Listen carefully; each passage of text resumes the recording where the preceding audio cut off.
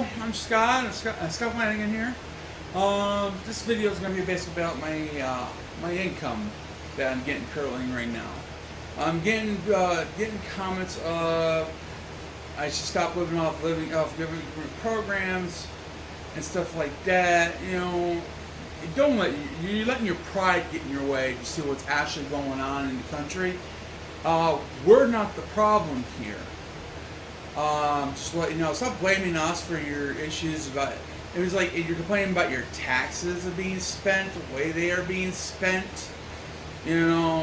Most of those tax money that you're complaining about, that just a portion of that tax money goes to those programs. You look it up, okay? All of us don't like to live off the state, but our pride and other things, we are living. We gotta put the pride to the side. I mean, yeah, I used to be prideful back a long time ago. I didn't want to be on that stuff. I didn't want to, after a while, it's like you notice a lot of people doing the exact same thing because they can't get a job or they're trying to get a job. And you go to an employer and tell you, sorry, we can't hire you because you've been out of work too long, or they don't call you, or you didn't pass our work assessment well, they don't tell you don't pass the work assessment test because they don't like to keep that to themselves. But I had one hiring manager told me this. The reason why she didn't hire me is because I didn't make a certain percentage on the work assessment test. That's how I found out the reason why they didn't hire me. She wanted to hire me, but if I was able to pass the work assessment test, I would have been fine. So people are claiming it's not a form of discrimination. It is. I'm afraid so. You don't know until you hire the person, you do not know how well they're going to work. You're not going to be able to go by a test and see how they work that way. You're not watching to see how they perform or other things like that. You're going by a test of a percentage, or the system or the computer is doing it automatically. Well, that's kind of crap, Okay, but basically, all these comments stating they heard about me about my mom helping support or claim me as a dependent. First off, before I got on Section 8, I had barely any income coming into me whatsoever. The computer repair service, maybe at the best $200 a month, at best, before I moved here, okay? That was barely just covering the rent, my clothes for one. This shirt, it was about maybe $40. And this is an 8X shirt. I'm a pretty huge person. Oh, why don't you just lose weight? Cheaper clothes. Well, I have explained in most of my videos that I have a pituitary adenoma. It's a true problem with people on that. That's not a made-up medical reason. Pituitary adenoma is basically a tumor growing on the pituitary gland that can cause weight gain, growth. Let me make this something. The world's tallest man, pituitary adenoma. Andre the Giant, pituitary adenoma. Look these people up. The reason why they're so huge, and you see when you're Andre the Giant, his fingers were real big. He was big himself. It's because of that pituitary adenoma. Okay, that's what caused that stuff. Not because he worked out all the time or took steroids. I don't think he took steroids ever, but that's a lot of people has that physical problem. I am one of them. I have tried to take care of it in the past 3 times already. Due to my insurance, every damn time I try to get it taken care of, it gets screwed up. So, until things hopefully get better, hope maybe I'm still alive at the time and I can get things taken care of. But, oh, all right. Basically, I'm sorry, I'm tired of seeing all these comments. First off, know your tax laws. Everybody takes advantage of every possible tax return they can get every year. You know, some people are ignorant what they can get in return. They're like TurboTax, you know. There is so many advantages using TurboTax. It tells you all the bit of things you can take a benefit of. You know, you're saying us are taking advantage of these of the stuff at the tax return, like dependents, like because my mom has to buy my clothes for one, or she had to help me pay my rent. Well, see, there's times I couldn't afford to pay my rent or buy my clothes. Okay, I had some other sisters, some other people that helped me buy clothes too, not just my mother. But there's times my mom couldn't afford to buy me clothes. At the time she had her bills to pay and worry about her home and keeping a roof over her head. So, as I said, my clothes ain't cheap to buy. I mean, gosh, I said the shirt's like $40 for an 8X shirt, and I can't just go into any store, local store in Jackson here and go pick up my clothes because nobody carries my size. If lucky, if I have to get on top of it before somebody else grabs them up at like a donate, like St. Vincent de Paul or anything who goes donate to churches like that. I have to be on top of that because they got friends about the size of me and wants the same size clothes. So I can't get my clothes for free all the time. You know, I can't afford my own clothes for that. Under like I'm only making $200 a month, and I was renting a room for $200 a month. Okay, you know, I barely even was able to pay those bills. I depend on my mom quite a bit of times on this. Not like most people that don't have that option. I hope the best for you all. I mean, I'm close to my mom. I'm close to my family. And I want to keep it that way as much as possible. You know, I'm sorry you grew apart. That's not my problem. That's yours. You deal with it. And you don't want to be with your mom for some other reason. I mean, I could live with my mother. The problem is I can't get along with my stepdad. So my father died about when I was young. Okay, I don't have my father anymore. So I had to go. I was like maybe 10 or 11 years old when I lost my dad. Yeah. Okay. So it's like so I had to depend on my family a lot of times, and she's been here. You know, not like most people.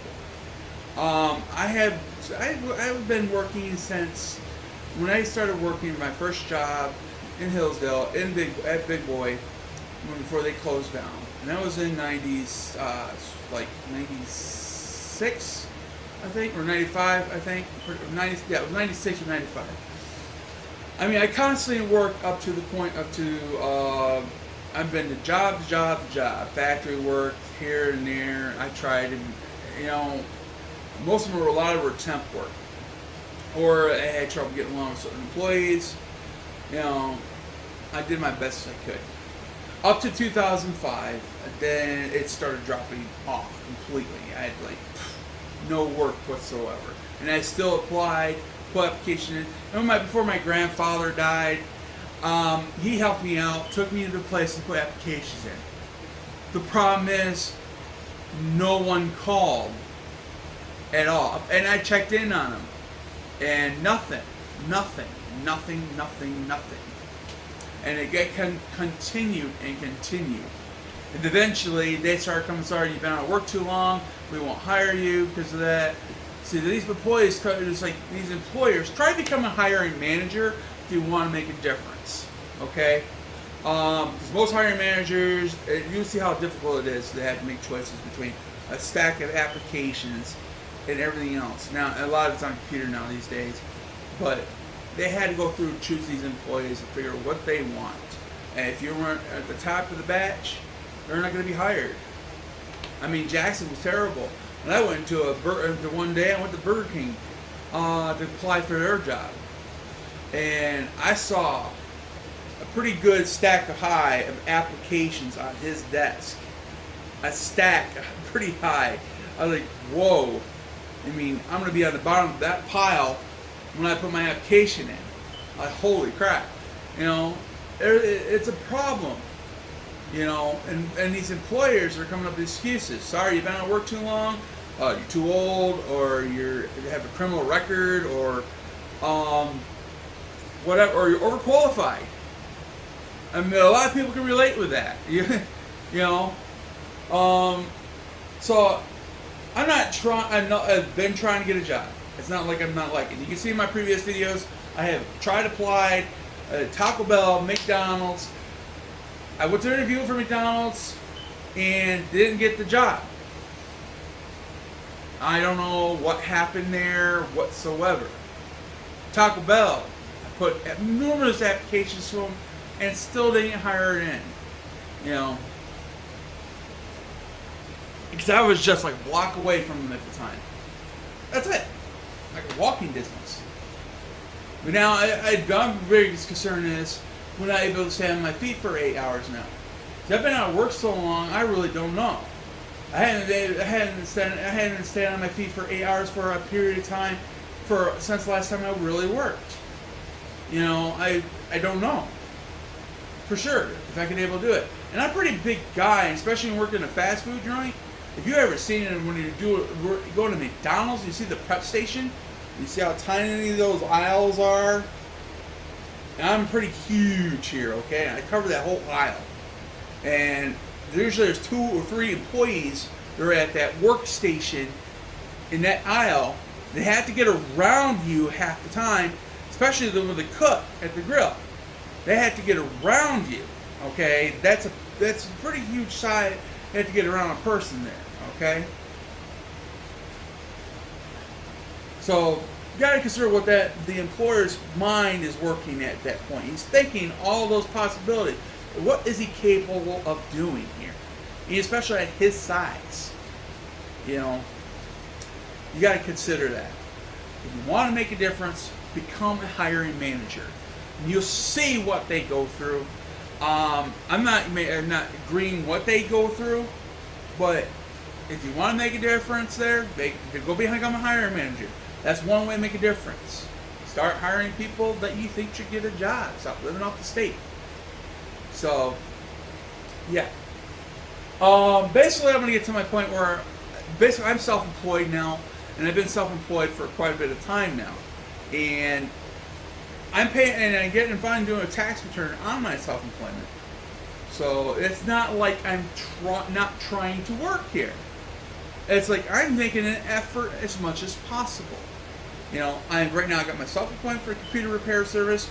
I do have a DJ service that this year did very well. Okay, I had a couple of employee people. They decided didn't have the income to get a DJ, or somebody else decided they wanted to do a live band. You know, those couple people had the possibility to do a DJ, but they didn't do it this year. So, and I haven't had any line, and I had a couple of calls, and didn't go through. And a lot of them were weddings, because sometimes weddings are depending on the couple.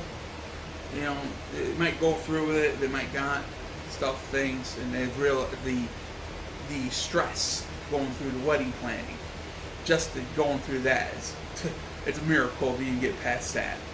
So, I don't know that by personal experience, but as I've seen, it's a stress. It's stress. It's a lot of work. You know, you got to plan your catering, you got to plan where you're gonna have your wedding, you got to plan where you want to DJ, all that stuff. You know, and who you're gonna invite. Who's might be a fight you're going to get along with this family member or that family member. You know, all that stress. I mean, you know, but screw that. I mean, just the point is, right now I am self-employed. I got that going on, and I've been trying. And it's ever since I've moved here and everything else, my income has increased a bit, but my benefits has dropped a bit too to cover for after that my income increased. You know, all right. As I said, my clothes ain't cheap to buy. I haven't bought my own clothes for a long time. Actually, correct. I never actually bought my clothes because I couldn't afford it. I had other things I could be worried about: my rent, bills, self-employment, like my cable bill. I had to have my internet in order to run my computer service. So, okay, that's most of what it's like people are saying, sell your computer equipment. Well, do you expect the mechanic, that work on cars to sell their tools? Because they work on cars, they're what they're good at, working on cars, that's how they make their own living. It's just like that. My computers are my tools. I'm not going to sell my tools. Sorry. And yeah, I'm not going to take. I have already made sacrifices. So, well, let's get to the point where show you my income and everything else. What I've been getting. I've been making money off my computer repair service, DJ service. Well, maybe this year, and they're my YouTube channel. Oh, you see the videos for my kittens? Like, what? Why you're doing that?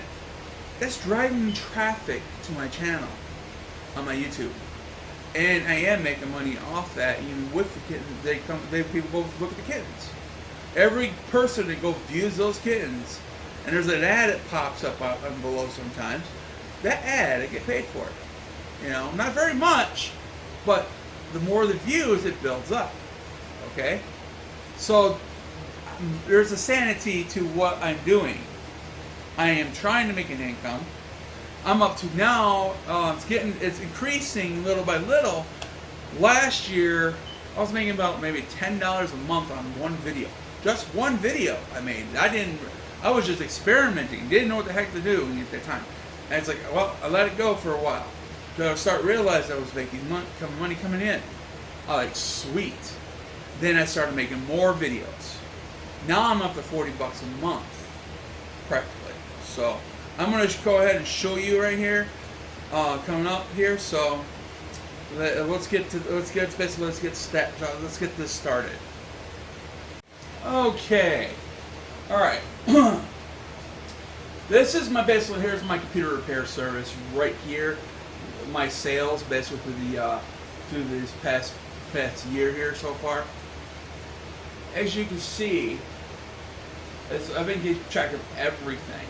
This is since Christmas Eve, right here, going down.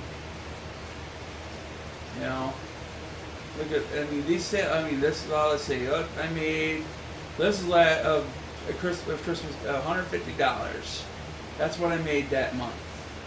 Now, on January, $180. I said I was averaging $200 a month last year. But this is ever since I moved in here, though. It started gradually increasing. I made $100 that month, as you see. 180 up to the base of March. Then let's keep on going. I made $350 on that month. So, and I made $450. Yeah, ever since I've been here, it's been slightly increasing. 400.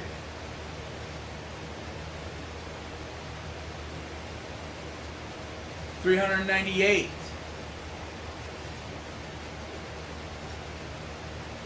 $510 last month. Okay, that's from my computer repair service from this year. So let's continue on here. All right, that was my computer stuff done for my computer repair service. Now my YouTube channel. Let's go to my YouTube channel. Right now, this is my AdSense. Okay. Right now, this is what I'm making currently right now a month off my YouTube channel. You wonder how you're doing that. Well, you got to find the right type of video people like. Like how-to videos is a big key thing. It's like stuff you like, cooking, makeup, whatever is your niche. You can use your cell phone to do these videos and put them on YouTube. Okay, that's what I've been using right now lately because I got the 1080p capability. That's what I've been using, my cell phone, for the last all my videos. All right. Okay. See, here's that one I was talking about. I was making about $10 a month last year. Just that video alone. That was my very first how-to video, and you can tell by watching it and how I did it and everything. And I made $10 off it every month. As you can see, right now it's up to $12.69. So after a while, after it got close about some time, and close to the end of the year, I started making other how-to videos, how to do factory set, more refactory sets for this gateway. That has increased to $6.48. That's another a month. And basically a tablet here, right here, an RCA Android 7-inch Voyager tablet. I am making almost $6 just for that one. The Windows 10, from switching from Microsoft Edge to Internet Explorer video I made, how to do that. I'm making $4 a month for that video. You know? And you can see it's a slightly, other ones are increasing. More the views, more the merrier. You know? That's how I've been making a lot of my money online right now. And more, it's gonna increase, it's gonna still increase. So far I had 2 payouts. See, Google AdSense basically pays for all this. Okay?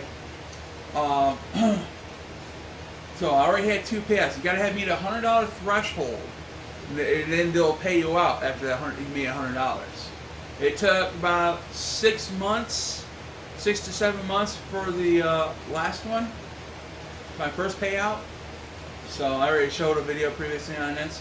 So here's my Google AdSense. This is what pays for my YouTube videos, pretty much. Okay, this so far is my current balance I'm up to. And as soon as that other one comes across, the $42, it will be added to that current balance. So once I meet the $100 threshold, I'm getting close. It's going to be almost every 3 months, hopefully every 2 months, then every month. So it's going to keep on constantly increasing gradually. Okay. All right. It's like this. This is what I got my last payout. It was right here. Okay, and I'm gonna show you more here.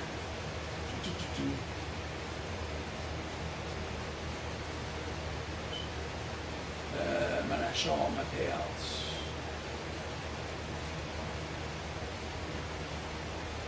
And don't see it. I don't want to see the one this year. Last year payout was around Christmas, during Christmas, so December. So, and that was only about $100-something. But yeah, as I said, it's gonna keep on increasing my payments and stuff. And it does. They directly deposit into my account. I'll show you that here.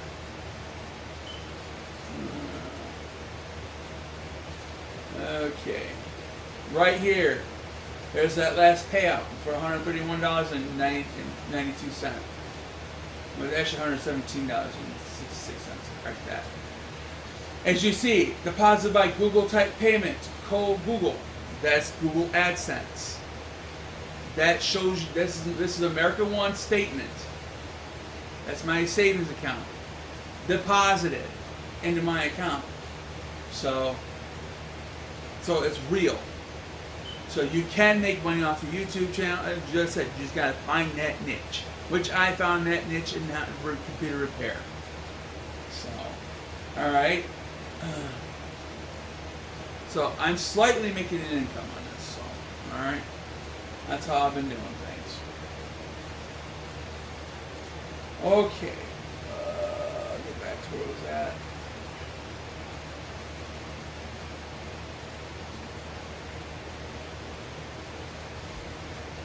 But yeah. As I said, as soon as that $42 get added to that $30.93, that's going to be 70-something bucks. Okay, then all I got to do is one more month, and I'll have a payout right there. Boom, another $100.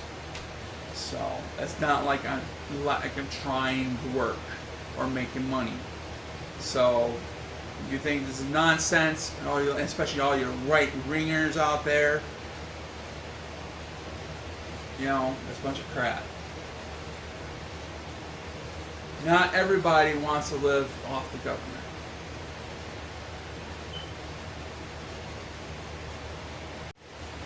As you can see, I am making an effort of trying to make my own income. It's not like I'm trying. So, if you want to make a difference, and complaining so much about people living off government programs, they are taking all your tax money. Why don't we? You don't have to work. You can get everything else sorted. No, you can barely make a living off all that if you even tried. You know, you still, I mean, I have to pay my rent, you know. It's still, Section 8 doesn't cover all my rent. It only covers a portion of it. My food stamps, I only get $170 a month right now since then my income has increased. So, my Obama phone, right now that I'm using to make this video on, you know, wow, 500 minutes? Oh, yeah. I have my other stuff, my house phone, Magic Jack, through my internet service. That I pay about $60 a month on. All I have to do is pay $35 a year. $35 a year. Oh, you see an ad for $19.90 something a month, or a year, I mean, on the ads? Well, that's if you get the 5-year plan. Let you know that they used to do for that much, about $20 a year. It used to be $20 a year. Yeah, I used to pay $20 a year, but they increased it since then. Because a lot of people are using Magic Jack. And you gotta have a decent phone, internet service so you can use Magic Jack. Like Comcast for once. Not DSL through AT&T, because DSL and AT&T, their bandwidth sucks. And you only get allowed so much a month on their service. How much do you download?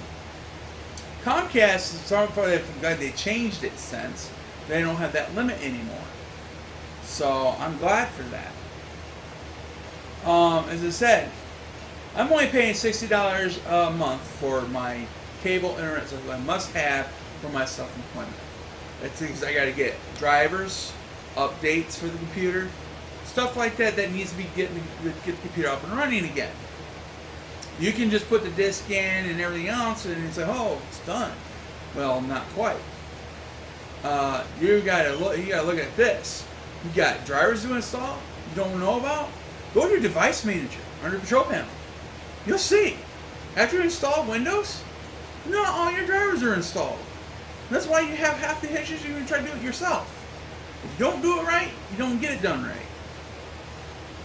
That's why I get paid for that. You know? So, that's $60 a month on my cable bill service. Right now, my rent will increase because my income has changed since then too. I'm up for review. So I'm only like paying $60 a month for my rent service too. I'm renting my place because the Section 8 covers the rest. But as I said, it's going to increase. That and the phone service. That's only a yearly thing, $35, unlimited calls. So I'm primarily in combination both of my Obama phone and the Magic Jack. So the only time I use my Obama phone when I go out.